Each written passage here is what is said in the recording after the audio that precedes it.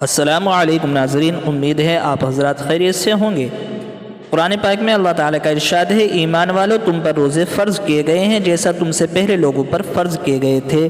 تاکہ تم پرہیزگار بن جاؤ۔ روزہ دین اسلام کا ایک ستون ہے اور اس کے بغیر ایک مسلمان کا دین مکمل نہیں ہوتا۔ دوستو، آج کی اس ویڈیو میں بتایا جائے گا کہ وہ کون سے 9 لوگ ہیں کہ اگر وہ روزہ نہ رکھے تو انہیں کچھ بھی گناہ نہیں ہوگا، یعنی ان 9 لوگوں کو رمضان میں روزہ نہ رکھنے پر چھوٹ ہے۔ ہر مسلمان مرد اور عورت جو بالغ ہو اور اپنے ہوش و حواس میں ہو اس پر رمضان کے روزے فرض ہیں، یعنی کہ اس کے لیے پورے مہینے کے روزے رکھنا ضروری ہے، اور اگر کوئی ان کی فرضیت کا انکار کرتا ہے تو وہ کافر ہے اور بلا وجہ روزہ چھوڑنا گناہ بھی ہے۔ لیکن کیا آپ جانتے ہیں کہ 9 لوگ ایسے بھی ہیں جنہیں رمضان کے مہینے میں روزہ نہ رکھنے کی چھوٹ ہے، یعنی یہ 9 لوگ رمضان کے مہینے میں روزہ چھوڑ سکتے ہیں اور انہیں اس پر گناہ بھی نہیں ہوگا۔ نمبر 1، بیمار آدمی۔ سب سے پہلے انسان جو روزہ چھوڑ سکتا ہے وہ بیمار آدمی ہے۔ جو انسان سخت بیمار ہے، اگر ایسا بیمار آدمی روزہ نہیں رکھتا تو اس پر کچھ بھی گناہ نہیں۔ اب یہ بھی جان لیجئے کہ ایسی کون سی بیماری ہے جس میں روزہ نہ رکھنے کی چھوٹ ہے۔ ہم آپ کو بتاتے ہیں کہ یہاں پر ان بیماریوں کی بات نہیں ہو رہی جو کہ عام طور پر نارمل لوگوں کو ہوتی ہیں، جیسا کہ اگر کسی کا سر میں درد ہو گیا، گھٹنے میں درد ہو گیا، کسی کو سردی زکام لگ گیا اور اس پر اس نے روزہ چھوڑ دیا، تو ایسا کرنا بالکل بھی جائز نہیں۔ ایسے لوگوں کو روزہ رکھنا ضروری ہے۔ یہاں پر بیماریوں سے مراد ایسی بیماری ہے جس میں انسان کی جان جانے کا خطرہ ہوتا ہے۔ اب یہ بھی جان لیجئے کہ وہ کون سی بیماری ہے کہ جس میں جان جانے کا خطرہ ہوتا ہے، تو اس بات کا ایسے پتہ چلتا ہے کہ اگر کوئی ماہر ڈاکٹر آپ کو یہ کہہ دے کہ اگر آپ بھوکے پیاسے رہے یعنی روزہ رکھا تو روزہ رکھنے سے آپ کی جان جانے کا خطرہ ہو سکتا ہے، یا پھر ڈاکٹر آپ سے یہ کہہ دے کہ اگر آپ نے روزہ رکھا تو آپ کی بیماری ٹھیک نہیں ہوگی یا آپ کی بیماری اور بڑھ جائے گی، تو ایسی صورت میں رمضان کے مہینے میں روزہ چھوڑنا جائز ہے، لیکن چھوٹی چھوٹی بیماریوں میں روزہ چھوڑنا جائز نہیں۔ اب یہاں پر اگر کسی نے اپنی بیماری کی وجہ سے روزہ چھوڑ دیے ہیں تو وہ یاد رکھے کہ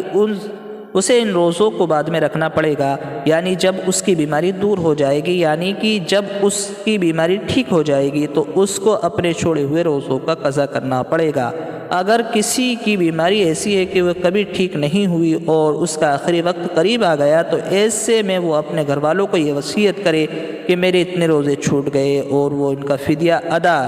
کرے۔ ایسی صورت میں بیمار شخص روزہ چھوڑ سکتا ہے۔ نمبر 2، حاملہ عورت یعنی پریگننٹ عورت۔ اگر ایسی عورت روزے رکھنے پر اس کو اور اس کے بچے کی جان کو خطرہ ہو تو ایسی عورت بھی رمضان کے مہینے میں روزہ چھوڑ سکتی ہے، اس پر کوئی بھی گناہ نہیں ہوگا۔ ایسی عورت کے لیے بھی روزہ نہ رکھنا جائز ہے، لیکن یاد رہے کہ ایسی عورت بھی اپنے چھوڑے ہوئے روزے بعد میں رکھے گی، یعنی کہ جب اس کی صحت ٹھیک ہو جائے تو اسے بھی اپنے چھوڑے ہوئے روزوں کا قضا کرنا ہوگا۔ اور اگر کوئی حاملہ عورت ہے اور اس کا ڈاکٹر اگر اسے یہ کہہ دے روزہ رکھنے سے یعنی روزے میں بھوکا پیاسا رہنے سے اس کی یا بچے کی جان جانے کا کوئی خطرہ ہے تو ایسی عورت کے لیے روزہ رکھنا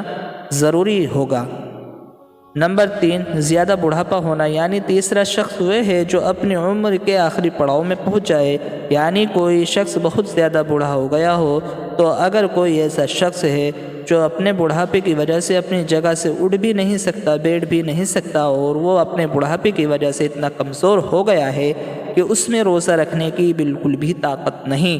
تو ایسا شخص بھی اگر رمضان کے مہینے میں روزہ نہیں رکھے گا تو اس پر بھی کوئی گناہ نہیں ہوگا۔ تو ایسے بوڑھے شخص کے لیے بھی روزہ چھوڑنا جائز ہے، لیکن یاد رہے کہ ایسے شخص کے لیے بھی فدیہ ادا کرنا ضروری ہے۔ اور پھر اگر ایسے شخص کو بعد میں اتنی طاقت آ جائے اور وہ اپنے آپ کو تندرست محسوس کرے تو اس کو چاہیے کہ وہ اپنے چھوڑے ہوئے روزے بعد میں رکھ لے اور ان کی قضا کرے۔ لیکن اگر کوئی شخص اپنے بڑھاپے کی وجہ سے اتنا کمزور ہو گیا ہے کہ اسے اپنے ٹھیک اور صحت مند ہونے کی کوئی امید نہیں تو اس کے لیے روزے معاف ہیں، لیکن اسے بھی اپنے ہر روزے کے بدلے میں فدیہ دینا پڑے گا۔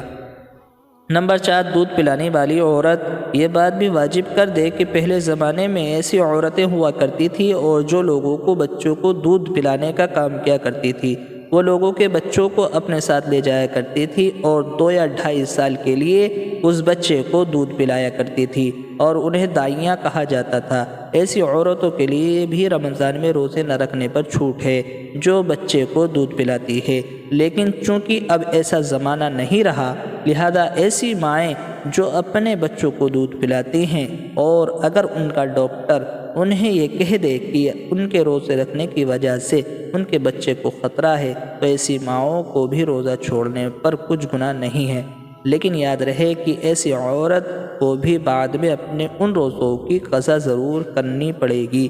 نمبر 5، پاگل دیوانہ شخص، یعنی 5واں شخص وہ ہے جس کا دماغی سنتلن خراب ہو چکا ہے اور وہ پاگل دیوانہ ہو چکا ہو اور جو اپنے آپے سے باہر ہو چکا ہو اور جو بہکی بہکی باتیں کرتا ہو اور جو اچانک بے ہوش ہو جاتا ہو، تو ایسے لوگوں کو بھی روزہ چھوڑنا جائز ہے، یعنی کہ اگر ایسا شخص بھی روزہ نہ رکھے تو اس پر کوئی گناہ نہیں ہوگا، لیکن ایسے شخص کو بھی چاہیے کہ بعد میں جب وہ ٹھیک ہو جائے تو اپنے چھوڑے ہوئے روزوں کا قضا کر لے۔ نمبر 6، حیض و نفاس والی عورتیں، یعنی ایسی عورتیں جن کا مہینہ پیریڈ چل رہا ہو، وہ حیض والی عورتیں ہیں، اور ایسی عورتیں جنہوں نے بچوں کو جنم دیا ہو اور ابھی تک ان کا خون آنا بند نہ ہوا ہو، تو ایسی عورتوں کو نفاس والی عورتیں کہتے ہیں۔ یہاں پر ایسی عورتوں کا بھی روزہ رکھنا جائز نہیں۔ روزہ رکھنے کے بعد اس نفاست کا خون آنے پر روزہ ٹوٹ جاتا ہے۔ یہاں یہ بات بھی یاد رکھے کہ پہلے بیان کیے گئے 5 قسم کے لوگ اگر روزہ رکھ لیتے ہیں تو ان کا روزہ قبول ہو جائے گا،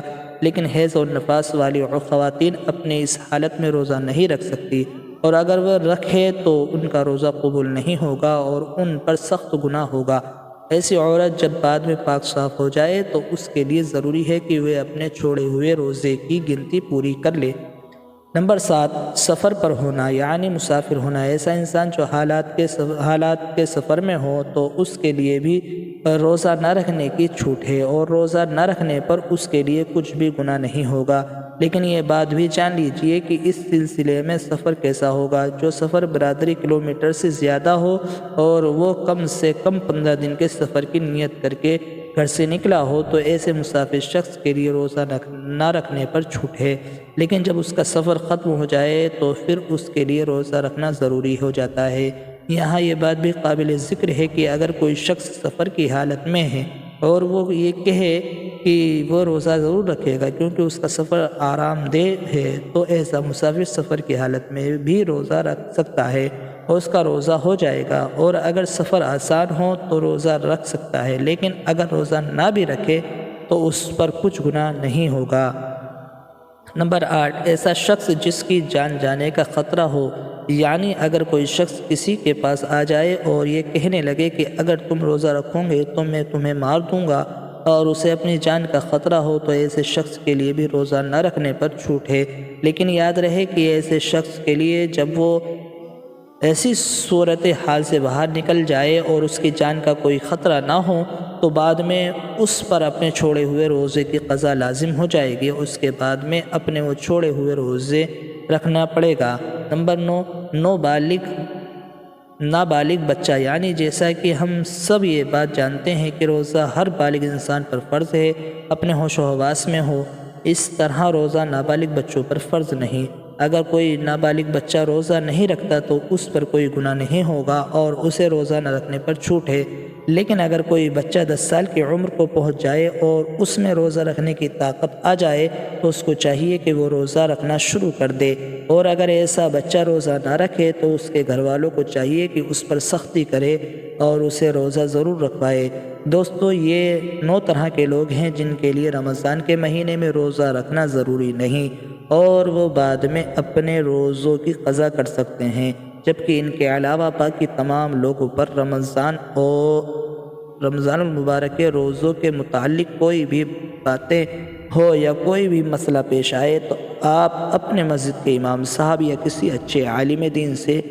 رابطہ کریں، وہ آپ کی بہترین رہنمائی کریں گے۔ اللہ تعالیٰ سے دعا ہے کہ تمام مسلمانوں کو اپنے ماہ مبارک کے روزے خوشی سے رکھنے کی طاقت اور توفیق عطا فرمائے، آمین یا رب العالمین۔ دوستو اگر میری یہ ویڈیو پسند آئی ہو تو ہمارے چینل حمزہ وائس کو ضرور سبسکرائب کر دیں، ویڈیو کو لائک کریں، شیئر کریں۔ پھر ملتے ہیں اور کسی دوسری ویڈیو کے ساتھ، تب تک کے لیے اپنا خیال رکھیں۔ السلام علیکم ورحمۃ اللہ وبرکاتہ۔